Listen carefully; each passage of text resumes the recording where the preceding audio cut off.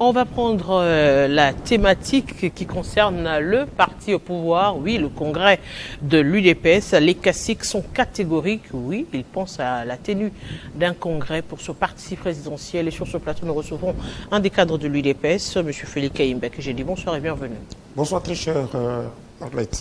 Aujourd'hui, on pourra dire que l'UDPS ne va pas assez bien. Non, l'UDPS se porte très bien. Nous sommes très bien. Et les combattantes et combattants sont avec le secrétaire général Augustin Kabouya, avec la haute autorité des références politiques, Félix Tshisekedi. Il n'y a aucun problème. Ce qui est vrai qu'il y a un autre cadre de l'UDPS, à la personne d'Étienne Longondo, qui a saisi le secrétaire général par une note écrite, demandant à ce qu'il y ait un congrès, qu'on puisse convoquer un congrès.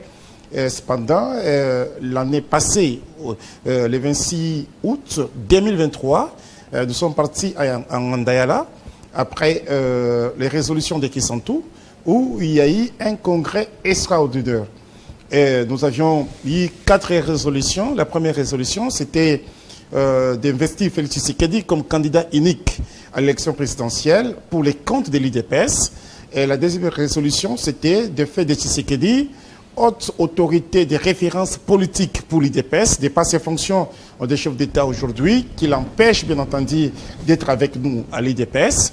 Et la troisième résolution, c'était de reconduire Augustin Kabouya Chilumba comme secrétaire général de l'UDPS, qui devrait engager l'UDPS auprès de tierces personnes, oui, et aussi diriger l'UDPS au quotidien. Vous savez, l'article 18 de notre statut dit la convocation du congrès, c'est après 5 ans. Nous avions convoqué les congrès en 2018 et qu'on avait investi Félix Tshisekedi comme candidat président à l'élection présidentielle pour les comptes de l'UDPS. Et en 2023, le 26 août, nous avions convoqué un autre congrès, lequel d'ailleurs, M. Étienne Longondo avait participé activement. Et aujourd'hui, je comprends parce qu'il est frustré, il est mécontent du fait que... Dans sa correspondance, il a évoqué quoi exactement en évoquant la tenue d'un congrès? Il y a certainement eu des réclamations. Toutes les réclamations qu'il a évoquées, ce sont de fausses réclamations. Quelles sont ces recommandations? Il vous dit l'UDPS n'est pas bien géré. Au moment où nous parlons, nous sommes la première force politique en République démocratique du Congo. Donnez-nous d'abord, parce que vous avez évoqué, c'est vrai, il parle de la tenue d'un congrès. Il a évoqué quoi comme problème? Vous avez énuméré tantôt les résolutions du dernier congrès. Oui, c'est également les problèmes. Ici. Il vous dit qu'aujourd'hui, il y a un dysfonctionnement au sein de l'UDPS. Pourtant, c'est faux. Il vous dit que le pouvoir est concentré sur la personne du secrétaire général Augustin Kabouya Chilumba. Pourtant, c'est faux.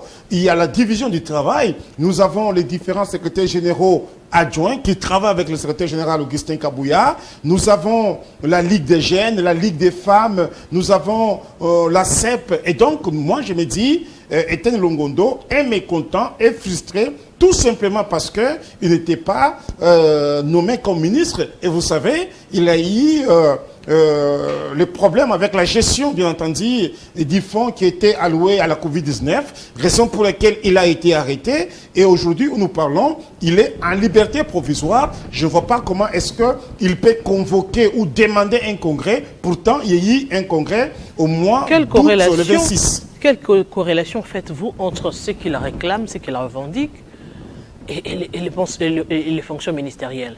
Ça n'a rien à voir. Il a été ministre comment dirais-je, la mandature passée de Félix Tshisekedi. Il a été ministre dans ce pays. Mais pourquoi vous ne voulez pas regarder en face les revendications de vos membres qui sont aussi vos cadres? Écoutez, Mme Arlette, je pense que je suis politique et je le suis. Étienne Longondo ne participe pas à nos activités politiques, que ce soit matinée politique ou soit lorsque nous nous déplacions avec le secrétaire général Augustin Kabouya dans les différentes provinces pour que nous puissions aller redynamiser les partis. Moi, j'ai vu Étienne Longondo commencer à venir au parti après les élections parce qu'il savait qu'il faut faire les beaux yeux au secrétaire général Augustin Kabouya pour qu'il soit nommé. Du fait qu'il n'était pas nommé, voilà pourquoi il commence à réclamer qu'il y ait congrès. Et je pense s'il était aujourd'hui dans l'équipe gouvernementale, Étienne Longondo ne pouvait pas réclamer les congrès. Nous sommes la première force politique en termes, bien entendu, de députés provinciaux, nationaux et conseillers communaux. Voilà pourquoi nous avons la majorité au sein de la majorité parlementaire.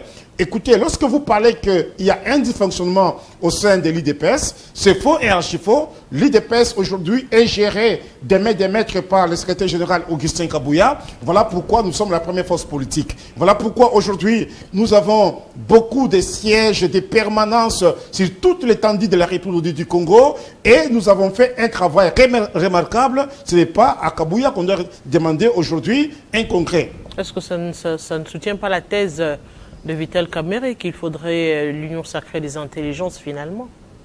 Là aussi, ça pose problème. Je ne sais pas, il s'agit de quelle union sacrée des intelligences parce qu'on nous parle du leadership.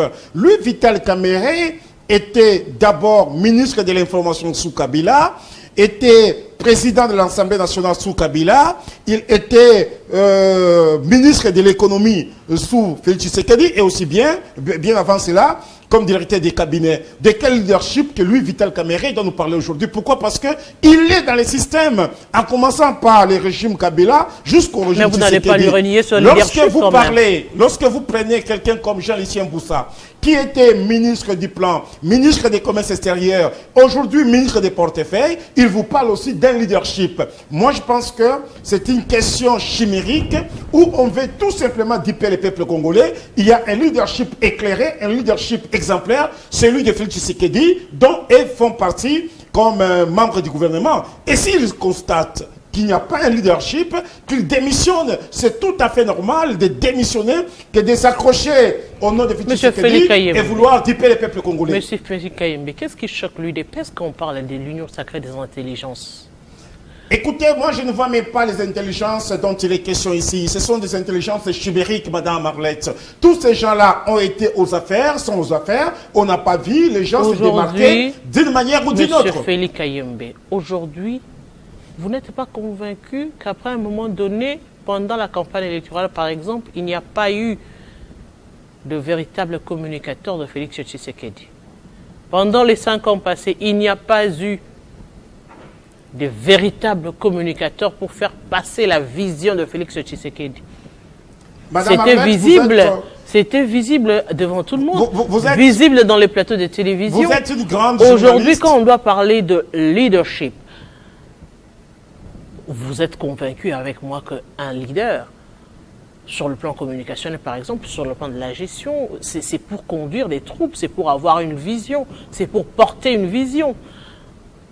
Et quand on parle des intelligences, parce qu'il y en a eu des intelligences au sein de l'UDPS, où sont-ils aujourd'hui? C'est la grande question que la population également se pose. Toutes ces intelligences qu'on a vues au sein de l'UDPS radicale sont où?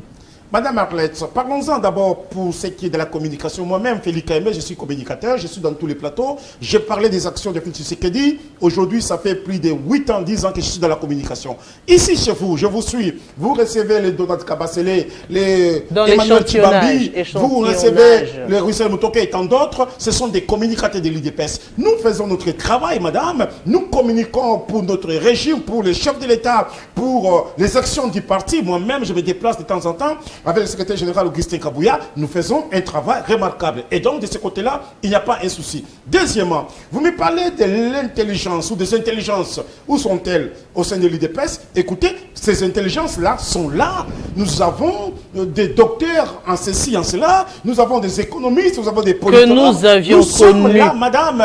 Que nous avions connus. Là, vous parlez de l'UDPS New Look.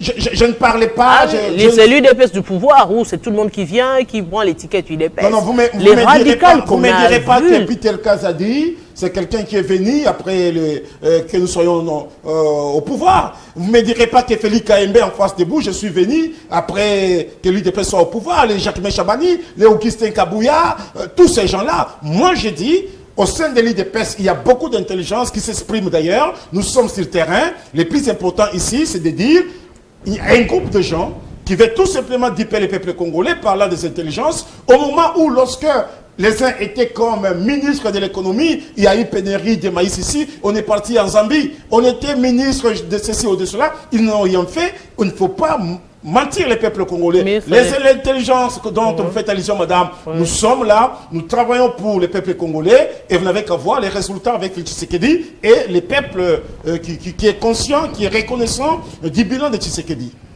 Aujourd'hui, comment allez-vous gérer cette crise qui est en train de naître petit à petit au sein de l'UDPS? Puisque si aujourd'hui M. Etienne Longondo arrive à porter la voix, vous le savez d'ailleurs qu'en politique, ça veut dire qu'il n'est pas seul, ça veut dire qu'il y a aussi d'autres personnes qui sont mécontentes de la gestion qui se fait au sein de l'UDPS. Aujourd'hui, comment arriverez-vous à gérer ces frustrations qui sont en train de naître au sein, d'autant plus que vous savez que c'est votre dernier mandat? Le dernier mandat de Félix Tshisekedi. Depuis d'abord, Mme Arlette, j'ai dit qu'il n'y a pas une crise au sein de l'UDPS. Il y a un monsieur qui a exprimé son mécontentement parce qu'il est frustré. Je vous ai dit ici, c'est tout simplement parce qu'il n'était pas nommé comme ministre. Et les combattantes et combattants de l'UDPS, chez nous à l'UDPS, il s'agit d'un état d'esprit. Nous ne pouvons jamais accepter quelqu'un puisse violer les statuts tout simplement parce qu'il veut son positionnement politique. Les congrès se convoquent 5 ans après. L'année passée, le 26 août 2023, nous sommes en Andayala avec lui, Etienne Longondo, comme membre du congrès. Et comment aujourd'hui, il doit demander à ce que nous puissions convoquer notre congrès. Dès lors que le secrétaire général Augustin Kabouya, c'est parmi les meilleurs secrétaires généraux que l'UDPS a connu. Parce qu'aujourd'hui, nous avons la majorité parlementaire. Vous êtes sans ignorer, madame, lorsque nous sommes allés aux élections ici, sénatoriales en 2018 ou 2019, nous avions raté même un sénateur pour la vie pour le contexte était différent. C'est pour vous. Non, le contexte est différent. Félix Tshisekedi était déjà président. Félix Tshisekedi n'avait pas été devenu président. Il était devenu président alors que vous n'aviez pas de députés. Vous aviez des députés minoritaires au niveau de l'Assemblée nationale. Vous avez dû, vous avez... Michel Kazadi était député provincial. Monsieur Félix Kayembe.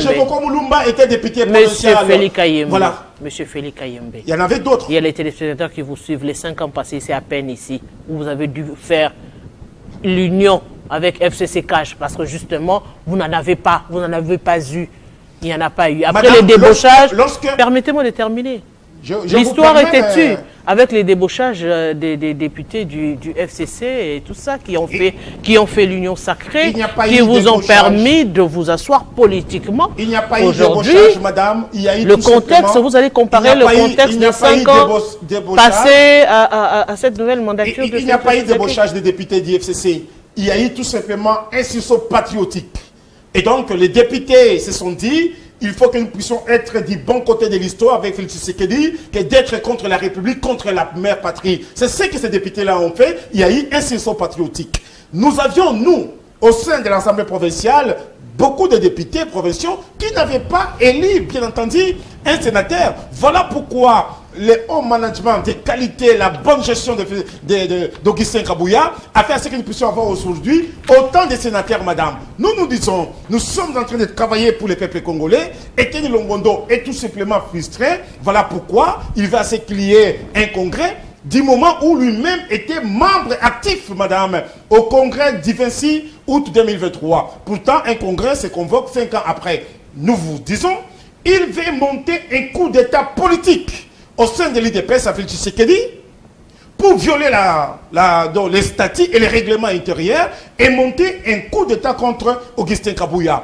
Voilà pourquoi nous, les cadres de l'UDPS, la Ligue des jeunes, la Ligue des femmes, la CEP, toutes les structures de l'UDPS disent non au coup d'état que M. Etienne Longondo veut monter contre le président de la République. Comment percevez-vous cette affaire de Nicolas Kazadi au sein de l'UDPS? Nicolas Kazadi, au sein de l'UDPS, nous avions accepté que la justice puisse faire son travail. Nous ne pouvons pas accepter que pendant que Tshisekedi est président de la République, qu'il y ait le détournement. Mais jusque-là, je pense que Nicolas Kazadi est présumé innocent. Il est devant la justice, bien qu'il s'est déplacé pour Paris. Dans 2 semaines, j'ai appris qu'il doit rentrer au pays pour affronter la justice. Eh bien, les droits sera dit. Si les droits déclarés M. Nicolas Kazadi comme quelqu'un qui a eu à détourner les deniers publics, eh bien, il sera arrêté est mis à Makala. Si le droit a déclaré M. Nicolas Kazadi comme innocent, il sera acquitté. Nous ne pouvons jamais cautionner le mal. Comme Augustin Kabouya l'a dit, ne formons pas un royaume de détournés ou de voleurs. Dans cette affaire de forage, il n'y a pas que Nicolas Kazadi. Les autres sont déjà détenus à la prison. Qu'est-ce qui empêche Nicolas Kazadi de séjourner comme les autres? Je pense que... Il y a le ministre Robota.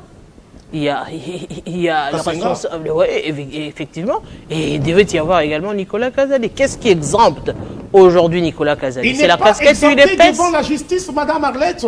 Nicolas Kazadi n'est pas exempté devant la justice. Il a été interpellé à maintes reprises, il a répondu, et au moment où nous parlons, la justice l'attend. Dans 2 semaines, il doit rentrer. Moi, je pense qu'ici, on ne peut pas dire parce qu'il est de l'IDPS qu'on doit les mettre de côté. Que vous soyez de l'IDPS ou pas, si vous voulez, votre place est en prison. Félix Tshisekedi lui-même l'avait bien dit sur les antennes de Top Congo avec votre confrère Christian Lusakweno, que vous soyez de ma famille ou pas, si vous nagez à contre-courant par rapport à ce qui est de valeurs intrinsèques, de la démocratie, de la moralité, eh bien, on doit vous mettre en prison. Point barre. Je ne vois pas Nicolas Kazadi s'échapper si vraiment il aurait détourné. Monsieur Félix Kayembe, merci. Je vous en prie, Madame Arlette. Aimables téléspectateurs, nous allons poursuivre cette fois-ci pour revenir sur la tournée de la première ministre souminoise au Nord Kivu. Quelles sont les retombées?